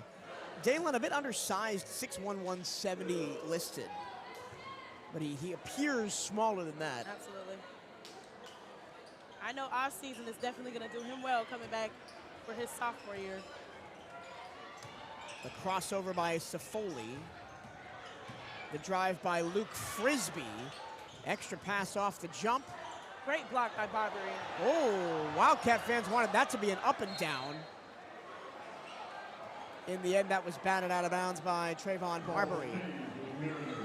As some of the Wildcat students begin to make their way towards their dorm rooms this evening. That was a heave at the buzzer on a shot clock violation, and the Wildcats will have one last possession, a 0.6 second difference between the shot clock and the game clock.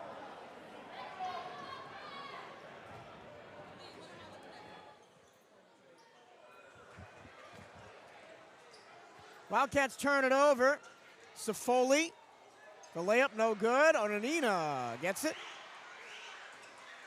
And Coach Theus, with the shot clock off, will call off the Dogs.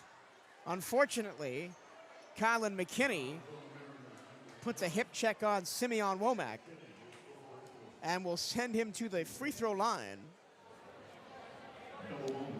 with 17 seconds to go. Double bonus for the Wildcats, 2 shots for Womack. It's been good to see some of the guys that mostly just act as the practice squad, although Barbary and Womack saw some decent playing time last year due to all the injury concerns for the Wildcats. The Wildcats at times down to 7 players last year. Still pulled out a really great season, 17 and 16 overall. Got to the SWAC semifinals for the 2nd year in a row, fell to Jackson State. Wildcats have put 101 points on the board tonight in an excellent offensive display.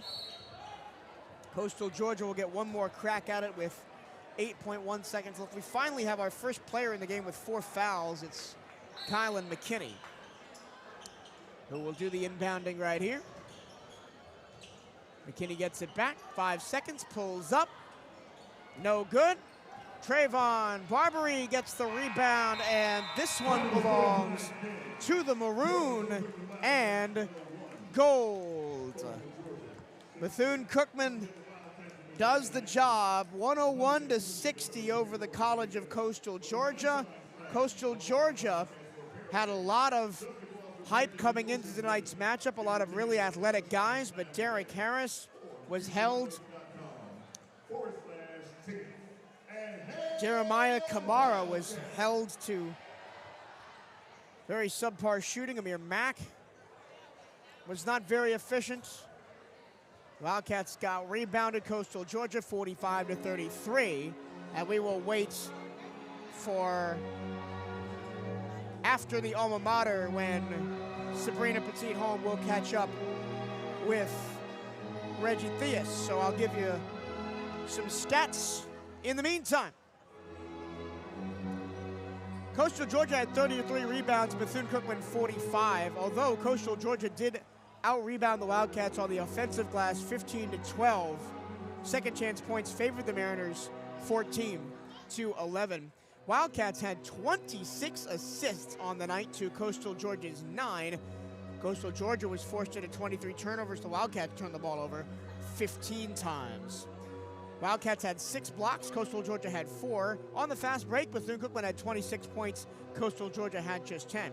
The Wildcats had 15 steals. Coastal Georgia had 12 steals. Points off turnovers. Wildcats doubled up the Mariners. 30 points off turnovers for Bethune-Cookman. Coastal Georgia had 14 points off turnovers. Points in the paint belonged to Bethune-Cookman. 54 points in the paint for the Wildcats. A lot of it on spectacular dunks and layups.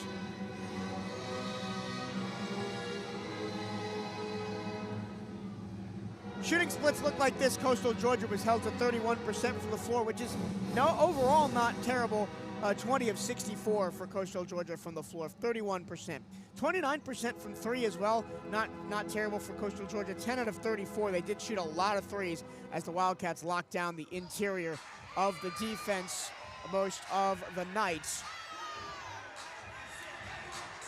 Coastal Georgia was 10 out of 15 from the free throw line. The Wildcats shooting splits look like this. 39 of 62, 62% from the floor, 42% from 3, 8 of 19, and 51% from the charity stripe. We now go downstairs as Sabrina Petit-Holm talks with head coach Reggie Theus. Amazing home opener, Coach. How were you able to talk to me a little bit more about how the Wildcats were able to set the tone for this season? Well, we have a couple of guys that are out. So, we had to play a very different lineups. I was a little worried, because guys have a tendency sometimes to look past teams. But we're trying to, become a team, a real team. The ball movement, defense, the mindset that it takes to be a champion. And that's what we're trying to instill in the guys right now. And we're not there yet, but we'll get there. Talk to me about how proud of you of the Wildcats being able to stay resilient and, focus on their game as a team. Well, we talked about it at halftime. It's one of those things where you have to focus on yourself. It's really not about the other team. I thought our ball movement was good. I thought our defense was good at times. Obviously we can get better in all those areas, but the fun comes out of the hard work. And if you're going to have fun playing basketball, you have to have games where you really work hard early so that you can relax during the latter part of the game. And everybody gets to play. After this amazing win today, how are we going to plan to keep going for the upcoming matchups? Well, the upcoming matchups are different. They're very different. So, we play Dayton, and then we play the University of Ohio. Very good teams. We're going to be the underdog in both those games, and, we just got to battle. There's no quit. Every game you got to battle. If you're not willing to battle in the preseason, when the games are tougher, that's the only way you're going to get better. So when conference starts, we'll be ready to play. All right. Thank you so much. Great game again today, Coach. Thank you. All right. Thank you, Sabrina, and we'll hear from her in her post-game thoughts coming up here in a second. Let's get you through those individual scores. First for Coastal Georgia. Isaiah Eden had 11 points, joint top scorer with Kaysen Pruitt, who also had 11. Eden was 4 of 7 from the floor, 2 of 5 from 3, 1 of 1 from the free throw line with a rebound, 2 assists, and 1 steal. Kyson Pruitt had 11 points on 4 of 12 from the floor, 3 of 9 from beyond the arc. He was their most prolific three-point shooter. Didn't have a rebound, didn't have an assist, had 1 steal. Thaddeus Burns was their best defensive player, 5 assists, 3 steals for him, 8 points on 3 out of 7 from the floor. Coming into the game, Derek Harris averaged 16.2 points per game. He was held to just 8 on 3 of 8 shooting, 2 out of 4 from deep, 4 rebounds, 1 assist. And that was one of the things the Wildcats did the best tonight, was shut down Derek Harris. He was the guy on offense for the Wildcats coming in. And as we are rejoined by Sabrina here on the Wildcat Postgame Show, just going through some of those final scores for you. Wood had 3 and Patton had 1, as well as McKinney having 5. And for the Wildcats, Ontario Morris is going to be something special here, because 21 points on 9 of 15 shooting, didn't have a 3, didn't shoot many threes, just 2. 3 of 7 from the free throw line, definitely something he needs to clean up, but 9 rebounds, 7 assists, 5 steals. He was on quadruple double watch if he didn't get taken out with over half the second half to go with the Wildcats up by a lot. Absolutely. Just honestly, Duncan out there having fun, playing the game that he knows and loves, and then doing it for a team as well that he's grown to love. Daniel Ruzon only played 19 minutes, but had 19 points on 8 of 14 shooting. 3 of 6 from the free throw line, 6 rebounds, 1 assist. Quentin Hetty had 14 points on 4 of 4 shooting, 6 of 8 from the free throw line on 19 minutes as well. Ricky Mitchell had 11 points, 5 of 8 from the floor. Really efficient night for Mitchell. 1 of 4 from deep, 4 assists, and 1 turnover. Jordan Johnson had a lot of points early, but didn't play much of the second half. He only played 23 minutes, had 10 points, 4 of 7 shooting, 1 rebound, 2 steals. William Gonzalez had 9 points, 3 of 3, all from 3. His first 3 college points after redshirting last year in his first collegiate appearance tonight. Seneca Willoughby, 8 points on 3 of 3 shooting. Didn't shoot the ball a ton, mostly was a distributor. 6 rebounds, 8 assists, 4 steals. Seneca did basically everything else but score, but sometimes out of your point guard, a quiet game like that is what you need. Yeah, being able to guard and see the court the way that you're supposed to, see what fits, who to pass to, where they need defense, and how to pick up from what is lacking. And I think the most important thing that Seneca Willoughby did tonight will not show up on the box score, because he was the main guarder for Derek Harris Jr. for most of the night. Again, coming into the game, averaging 16 points a game, held him to 8. A lot of that late in the game when it was already decided. And he did a great job defensively on him. Simeon Womack, 4 points. Ariel Bland, 4 points, but 12 boards and 4 blocks. If he plays the whole game and gets involved more on the offensive end, maybe we're on double-double watch for him. Again, I'm shocked that nobody on the Wildcats had a double-double tonight. Daylon Minor picks up his first collegiate point off a free throw. He also had 1 steal. And Trayvon Barbary still looking for that first career point now as a senior walk-on here for the Wildcats. And David Onanina, 0 for 2 from the floor, 0 for 3 from the free throw line. Scoreless, but 9 rebounds for Onanina with 2 assists and 1 steal. Your final thoughts on this 101-60 victory for Bethune-Cookman in their home opener? It was an amazing game. Expected to win, did come out with the win. Little shaky start off, against Coastal Georgia, but we do have some big teams that we are looking to face ahead, and I hope that we use this as a way to sharpen our skills, sharpen our defense, our offense as well too, and move forward into conference. That'll do it after a long day here at Moore Gymnasium, the first doubleheader of the season. Thank you so much if you stuck with us all the way through the women's game and the men's game. For producer Lee Gillum and our entire student-run crew here at the CatEye Network, Sabrina Petit-Home, we are at the desk. My name is Michael Trillo. Thank you so much for listening. We'll be back on the CatEye Network Saturday afternoon with football at Jackson State. We'll talk to you then, and as always, Hail Wildcats.